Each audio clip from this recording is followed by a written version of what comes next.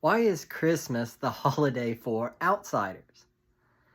You know, in America today, Christmas is really the predominant holiday that's celebrated in December. Even people who aren't Christians, a lot of times will celebrate Christmas.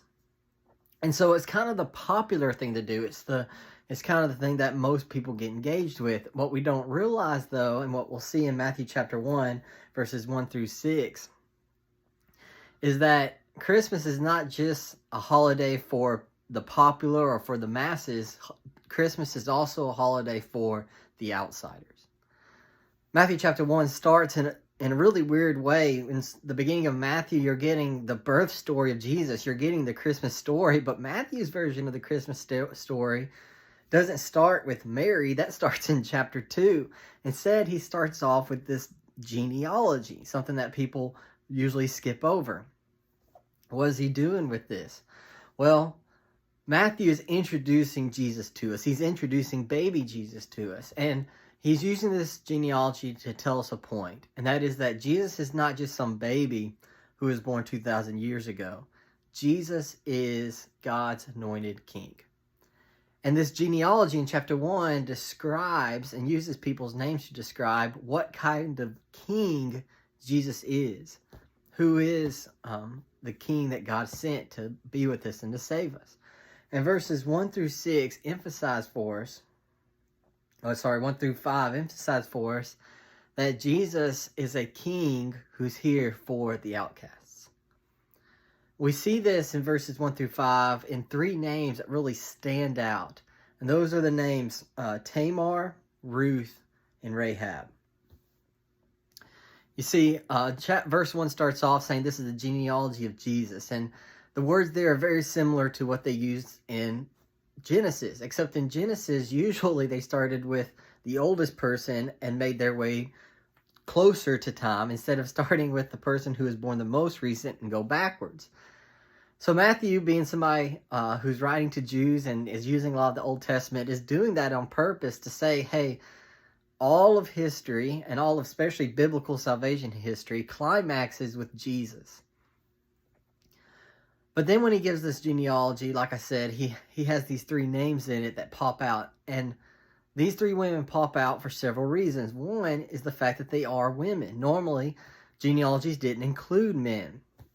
And so in a way, you could say they're outcasts because they're women. But there's more things than just that. It's not just the fact that they were women and they're included in these verses, but it's their life and who they were.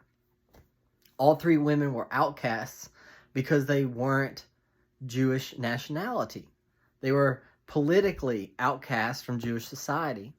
And they were outcast because of their family situation. None of them lived in a nuclear family like we would consider a nuclear family, but they all came from unusual family backgrounds. And so they were outcast because of who they were politically. They're outcast because of their background. And so, for example, he mentions first Tamar. And Tamar was somebody who lost her husband, and her father-in-law was supposed to provide her children to take care of her, and he didn't. And so she tricked Judah into providing kids for her, and she was able to take care of herself that way. So she was faithful while Judah was faithless. You have Rahab, who was the prostitute that saved the Israelite spies, when they came into Jericho. And then she joined the people of God. So while all the rest of the people of Jericho perished in the battle, a prostitute named Rahab, because she believed in God and had faith in God, was able to join the people of God and were saved. And then you have Ruth, who was a Moabitess, and being from Moab, she wasn't Jewish, but she decided to join Naomi anyways, and coming back and becoming a part of the people of Israel. And therefore God saved her and protected her and provided for her because she chose God. So with all three of these women, you get similar stories of outcasts. You have women who are outcasts because of who they were politically. They weren't part of the people of God, the Jewish people of God.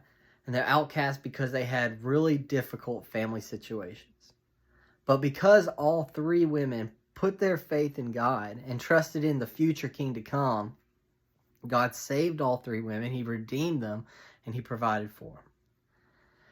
And so by including most of the people, if they did their genealogies, they wouldn't the Jewish people especially wouldn't want to include people like that. They would want to highlight how they have this good,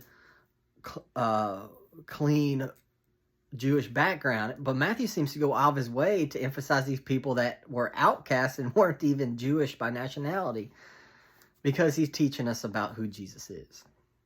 Jesus is the King who gives grace to the outcasts who comes to him. What an awesome thing to remember as we near Christmas. If you feel like you're an outcast and you feel like you don't belong, you can come to the King who gives grace to the outcast. Christmas is a holiday for the outcast. If you come to Jesus and you place your faith in him, you can be rest assured that Jesus knows what you have gone through. He knows how you feel, and that he's going to be with you and give you the grace that he has for you. That also means then, if you have placed your faith in Jesus, then we should thank God and celebrate this Christmas the fact that he is there for the outcast, that he comes and he redeems us and he reconciles us, no matter what our family background is, no matter what our race is, that Jesus is there for us, and we can thank God that he's been there for us. So if you're glad that Jesus is there for the outcast, hit that like button on this video. And if you haven't placed your faith in Jesus as the King who gives grace to the outcasts, comment below, message me. I'd love to talk to you about how you can do that.